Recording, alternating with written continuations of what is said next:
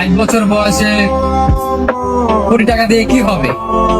যদি 18 বছর বয়সের সবগুলো পূর্ণ করতে না পারি কি হবে?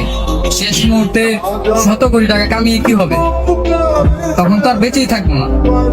এখন এই বয়সের সবগুলো যদি পূর্ণ করতে না পারে, ছেলে মানুষ বয়স 18 হওয়ার পরই সে বাস্তবতা শিখে যায়, সে পরিস্থিতি বুঝে নিতে শিখে যায়। দায়িত্ব কি জিনিস তাকে শিখাতে হয় না, এমনিতেই বুঝে যায়। 18 বছরের পর একটা ছেলে বেকার থাকার যে কি যন্ত্রণা সেটা কেউ বুঝবে না। একটা ছেলে মানুষ বেকার, একটা ছেলে মানুষ ইনকাম করতে পারে না, এই কষ্টটা কেউ কখনো বুঝবে না।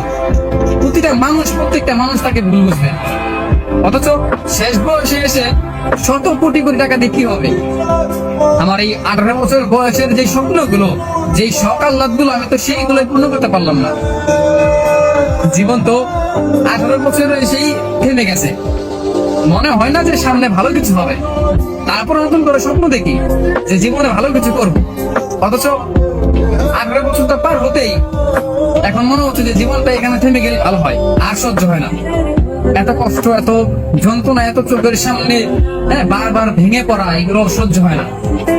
একটা ছেলে জানে, বিশ্বাস করেন ভাই, একটা ছেলে জানে যে কষ্টগুলো মানুষ দেখে।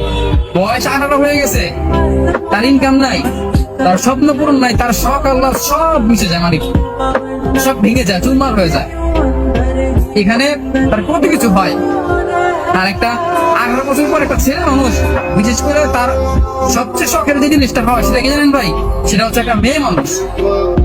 হ্যাঁ, টাকা পয়সা হিসেবে পরে আছে, কিন্তু একটা মেয়ে মানুষের প্রেমেছে পরে। একটা ছেলের বয়স যখন 18 বছর পার হয় না, তখন সে একটা মেয়ের প্রেমে পড়ে।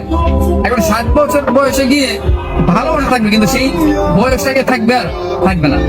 60 বছর পরে গিয়ে যদি আমি 100 কোটি টাকা পাই বা শখের মানুষকে পাই, তখন কি লাভ হবে? বাঁচবই বা কয়দিন? মানুষ বাঁচি বা কয়দিন? কেন যে জিনিসটা চায় সেই জিনিসটা পায় না, কেন?